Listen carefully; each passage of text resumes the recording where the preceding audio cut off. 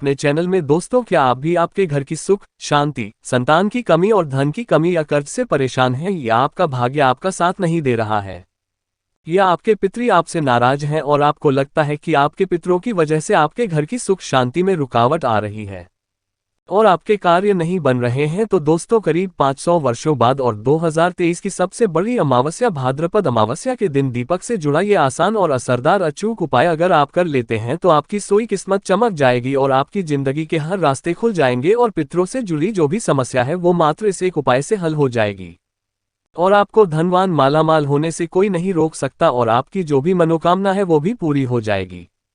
दोस्तों, इस बार 2023 का साल बहुत ही दिव्य और दुर्लभ संयोग लेकर आया है और इस बार 14 सितंबर को सबसे बड़ी अमावस्या भाद्रपद अमावस्या पड़ने जा रही है। और दोस्तों, इस दिन राज योग कालसर्प दोष के साथ साथ धन लक्ष्मी योग भी बन रहा है।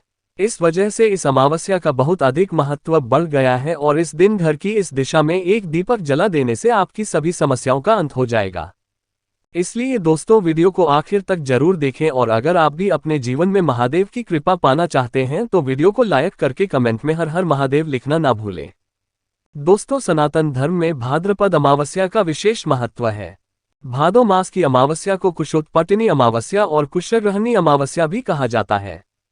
पंचांग के अनुसार भाद्रपद अमावस्या 14 सितंबर 2023 को सुबह 4:48 पर शुरू होगी और अगले दिन 15 सितंबर 2023 को सुबह 7:09 पर इसका समापन होगा।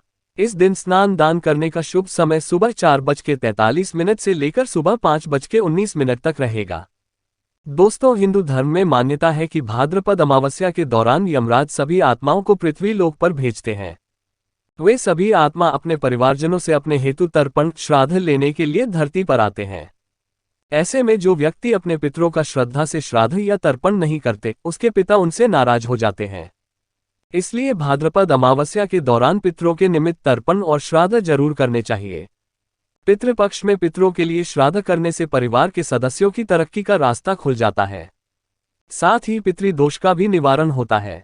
मान्यता है कि पितृपक्ष में तर्पण, श्राद्ध और पिंडदान करने से पितृगण प्रसन्न होते हैं और अपने परिजनों को सुख और संपन्नता का आशीर्वाद देते हैं। दोस्तों, पितरों के निमित्त श्राद्ध और तर्पण पितरों की मृत्यु तिथि पर ही करना चाहिए।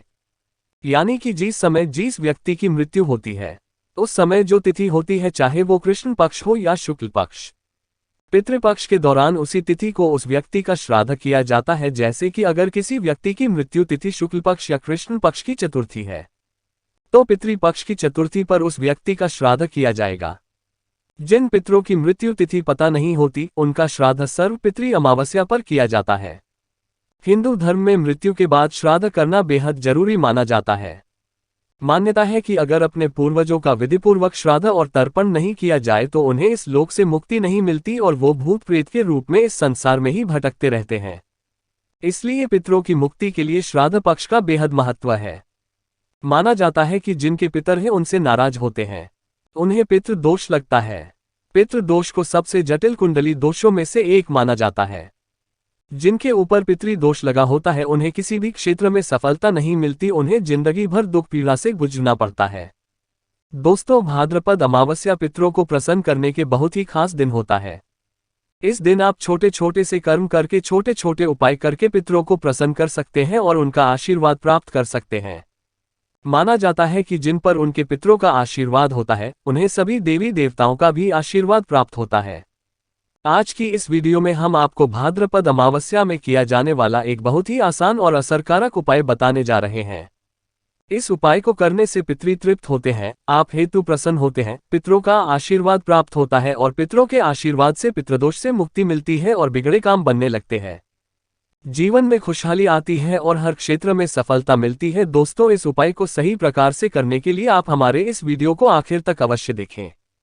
तो दोस्तों, आइए जानते हैं इस उपाय के बारे में। दोस्तों, इस उपाय को करते समय पवित्रता का विशेष ध्यान रखें।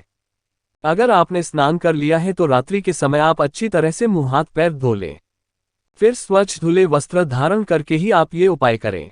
उपाय करने के लिए आपको जरूरत होगी एक दीपक की। दीपक कोई भी चलेगा, मिट्टी का, धातु का, आटे का, कोई भी चलेगा। अगर आटे का दीपक ले रहे हैं तो शुद्ध जल मिलाकर बिना नमक के आटे का ही दीपक बनाएं। इस दीपक में रुई की बाती लगाएं, शुद्ध घी डालेगी ना हो तो आप सरसों का तेल भी ले सकते हैं, लेकिन दूसरे किसी तेल का प्रयोग ना करें। ये दीपक आपको सूर्यास्त के समय यानी रात्रि के समय ही जलाना है। शाम की पूजा हो जाने के बाद आप ये दीपक जला सकते हैं। इस दीपक को मंदिर के अंदर ना रखें। मंदिर के पास किसी साफ स्थान पर आप इस दीपक को रख सकते हैं, या फिर एक लकड़ी के पाटे पर आप इस दीपक को रख सकते हैं। से पहले उसे आसन अवश्य दें, यानी दीपक के नीचे थोड़े से अक्षत यानी थोड़े से साबुत चावल रखें। फिर उसके ऊपर ही दीपक को रखें और जलाएं। दीपक जलाते समय ध्यान रखना है कि दीपक की बातें दक्षिण दिशा की तरफ होनी चाहिए। इस दीपक को अपने घर के दक्षिण कोने में किसी साफ स्थान पर भी जला सकते हैं। दोस्तों, दक्षिण दिशा पितरों की दिशा मानी जाती है। दक्षिण दिशा में ही पितृ लोग हैं।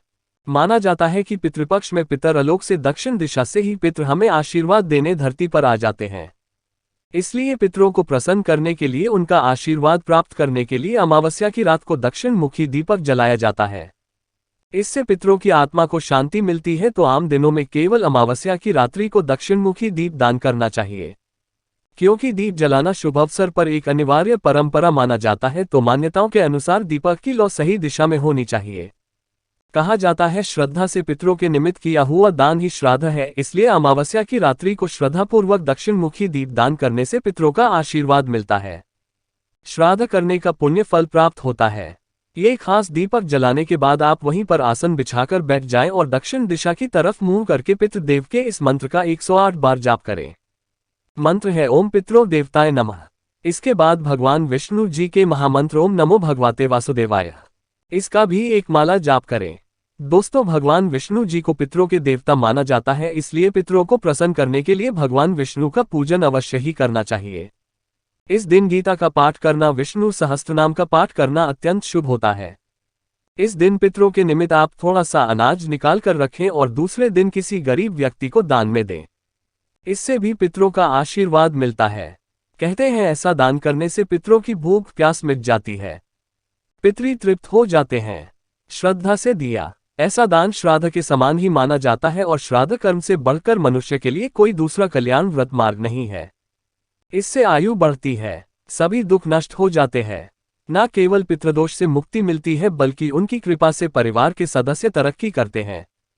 पितृ सुख समृद्धि का आशीर्वाद देते हैं। पितर अभी देवता तुल्य माने गए हैं, इसलिए उनमें देवताओं की तरह आशीर्वाद देने की क्षमता होती है। तो पूजन मंत्र जाप के बाद भगवान श्री हरि, विष्णु और मां लक्ष्मी को नमस्कार करें। उनसे अपने पितरों की आत्मा की शांति की प्रार्थना करें। इसके बाद आप अपने पितृ देव और कुल देवता का स्मरण करके उन्हें नमस्कार करें। अपने कष्टों के निवारण हेतु प्रार्थना करें। पितृ दोष से मुक्ति की प्रार्थना करें और उनसे प्रार्थना करें कि वे आप पर और आपके परिवार पर अपना आशीष सदैव बनाए रखें। उपाय करने के बाद दूसरे दिन दीपक के नीचे जो चावल रखे हुए थे, उन्हें पक्षियों को ढाल दें। अगर आपने आटे का दीपक बनाया है तो उसके भी छोटे छोटे टुकड़े करके पक्षियों को ढाल दे। पितरों के निमित्त किए ऐसे धार्मिक कार्य या उपाय उन्हें संतुष्ट करके हमें उनका आशीर्वाद दिलाने में सहायक होते हैं। जिंदगी में सफलता पाने के लिए पितरों का आशीर्वाद बहुत जरूरी होता है। दोस्तों, इस उपाय के जरिए आप भगवान विष्णु और मां लक्ष्मी जी के साथ साथ पितरों की भी कृपा प्राप्त कर सकते हैं। इससे पितृदोष से मुक्ति मिलती है और जीवन में आ रही अनेक समस्याओं का अंत हो जाता है।